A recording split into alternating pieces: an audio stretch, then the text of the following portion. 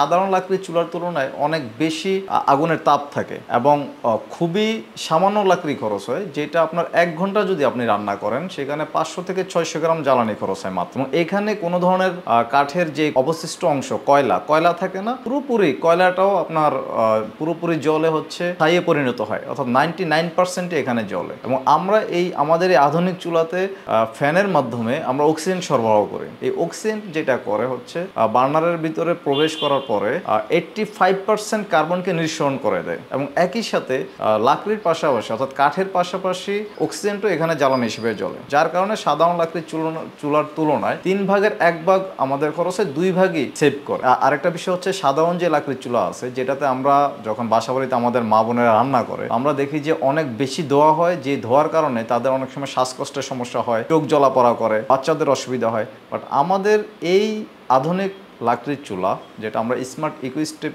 হিসেবে পরিচয় করিয়ে দিচ্ছি, তো এটাতে কোনো ধরনের ধোঁয়া আসে না। তো ধোঁয়া না হওয়ার কারণে আপনার ফ্ল্যাট বাসা থেকে শুরু করে যে কোনো জায়গায় আপনি ব্যবহার করতে পারেন। আচ্ছা, আমরা প্রথমে কয়েক টুকরো এরকম পাতলা কাঠের টুকরা নিয়ে আগুন জ্বালানোর জন্য এইভাবে আমরা ভিতরে দিয়ে দিলাম। দেওয়ার পরে হালকা একটু কেরোসিন স্প্রে করে দিলাম, জাস্ট আগুন জ্বালানোর জন্য। মানে আগুন তো আর সরাসরি লাকড়িতে জ্বলে না, তো একটু কেরোসিন স্প্রে করে নিলে আগুনটা জ্বালাইতে সহজ হলো। এছাড়া যাদের গ্রামে পাট খড়ি আছে তাদের কেরোসিনেরও প্রয়োজন নেই, জাস্ট আপনি হচ্ছে পাট খড়িতে একটু আগুন লাগিয়ে দিয়ে আপনি এটা দিবেন।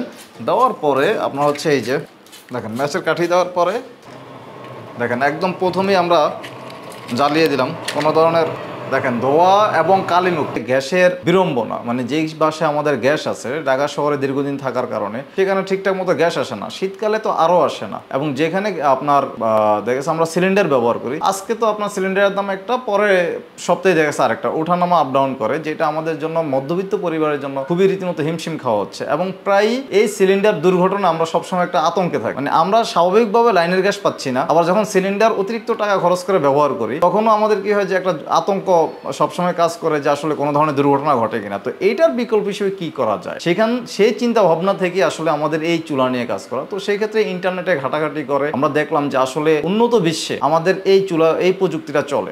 সেইখানে অনেক ক্ষেত্রে দেখা গেছে যে আমরা যে ফ্যান সংযুক্ত করেছি, অনেক ক্ষেত্রে ফ্যান নাই।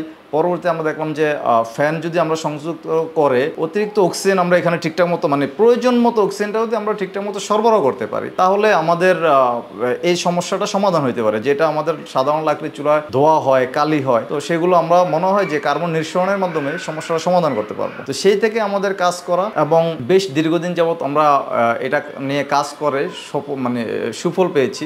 সুফল পাওয়ার পরে আমরা এটা বাজারজাত করলাম। আমাদের এই চুলাতে জ্বালানি হিসেবে যে কোনো ধরনের কাঠের অংশ, সেটা বাঁশ, কাঠ বা গাছের ডালপালা, অর্থাৎ আপনার পাতা এবং ভুসি ছাড়া যে কোনো শক্ত জ্বালানি আপনি ব্যবহার করতে পারবেন। একবেলা রান্না করার জন্য যে বিষয়টায় আপনার সাধারণ যে আমাদের চুলাগুলো আছে এগুলোতে আপনি 8-10 জন 15 জনের পাক অ্যাভেলেবেল করতে পারেন। ম্যাক্সিমাম পরিবারে আমাদের 5 থেকে 6 জন সর্বোচ্চ হয়ে থাকে। তো সেই ক্ষেত্রে আমরা যদি এক বেলায় 3টা আইটেম রান্না করি 1 ঘন্টা থেকে 1 ঘন্টা 10 মিনিট লাগতে পারে, অর্থাৎ 20 থেকে 22 মিনিট অ্যাভারেজ লাগে। সেক্ষেত্রে প্রতি বেলার জন্য আপনার 600 থেকে 800 গ্রাম পর্যন্ত কাঠ খরচ হইতে পারে, অর্থাৎ প্রতি ঘন্টায় একটা বার্নারে 500 থেকে 600 গ্রাম জ্বালানি খরচ হয়। সেই তুলনায় আপনি যতটুকু রান্না করেন সেইভাবেই খরচ হবে। আরেকটা মজার বিষয় হচ্ছে যে আমরা দেখেন যে বর্ষাকালে আপনি চালিয়ে দেখেন আমরা কাঠটা ভিজিয়ে দিলাম, ঠিক আছে। বর্ষাকালে আপনি চাইলে ভেজা লাকড়ি এই চুলা ব্যবহার করতে পারবেন। দেখেন আমি ভেজা লাকড়ি দিয়ে দিলাম, কোনো ধরনের ধোয়া বা কালি কোনো কিছুই কিন্তু নাই। এই লাকড়িটাই খুব সুন্দরভাবে আগুনটা জ্বলবে। এবং আরেকটা বিষয়, এই চুলায় আমরা ফ্যান যে সংযুক্ত করেছি, অনেকে চিন্তা করে যে ফ্যানের সাথে যে কারেন্টের লাইন দেওয়া আছে যে এখানে মনে হয় অনেক বেশি বিদ্যুৎ আসে। না, এখানে আসলে সারা মাসে একটা মোবাইলে চার্জ দিলে যেরকম বিদ্যুৎ বিল আসে সর্বোচ্চ এরকমই আসে 4-5 টাকা। পরিবেশ বান্ধব এই জন্য যে আমরা সাধারণ যে লাকড়ির চুলা ব্যবহার করি সেখানে কিন্তু প্রচুর পরিমাণ ধোয়া হয়। আমাদের এই চুলাতে ধোয়া হয় না, মানে ধোয়া হয় না বলতে 15% সর্বোচ্চ ধোয়া হয়, যেটা 85% পর্যন্ত কার্বন নিঃসরণ করে। তো সেদিক থেকে অবশ্যই আমাদের পরিবেশ বান্ধব। এবং সাধারণ লাকড়ির চুলায় অনেক বেশি কাঠ খরচ হয়, যেটা এখানে 3 ভাগের 1 ভাগ খরচ হয়। তার মানে আমাদের যে পরিবেশের দিক থেকে যে কাঠের যে ইয়েটা নষ্ট হইতো সেখানেও আমরা অনেক বেশি সেভ করতেছি।